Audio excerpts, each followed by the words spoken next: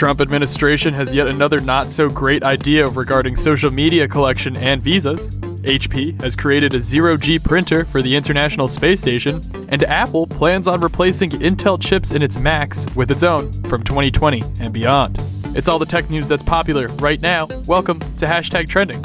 It's Tuesday, April 3rd. I'm Alex Radu. From LinkedIn, the latest proposal from the U.S. State Department is a doozy.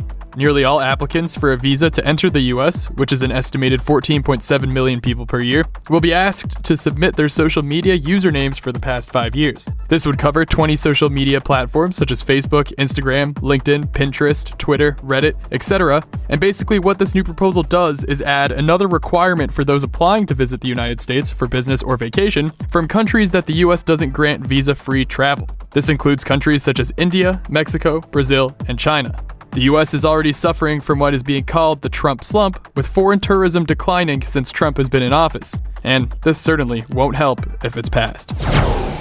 From Google Trends, HP is sending a printer into space.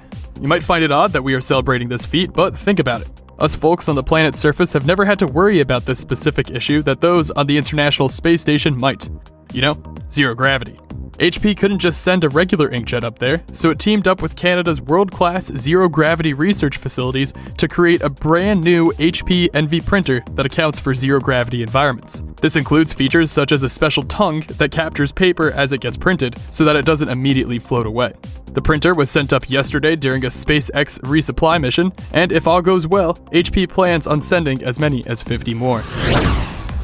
And from Reddit, Apple is apparently planning to start using its own processors in Macs and MacBooks rather than Intel chips starting as early as 2020, reports Bloomberg. This initiative currently has the codename Kalamata and is still in early development stages. It's part of a larger strategy to bring more of its supply chain in-house so that all of Apple's devices, Macs, iPhones, iPads, etc., can work more seamlessly. This has come as a big blow for Intel. Apple makes up for about 5% of Intel's annual revenue, and Intel shares dropped 9.2% following this reveal.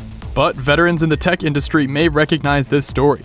Intel helped revive the Mac back in 2006 when Apple stopped using its own processors and turned to Intel, and since then, this isn't even the first time these reports have surfaced. So we'll have to wait and see if this actually does happen. That's what's trending this week. Hashtag Trending is produced by IT World Canada.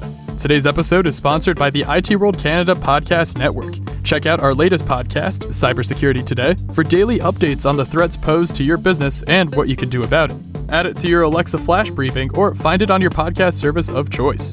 And if you enjoy Hashtag Trending, please be sure to give us a rating and a review on Amazon, Apple Podcasts, Google Play, or wherever else you get your podcasts from. Thanks for listening. I'm Alex Radu.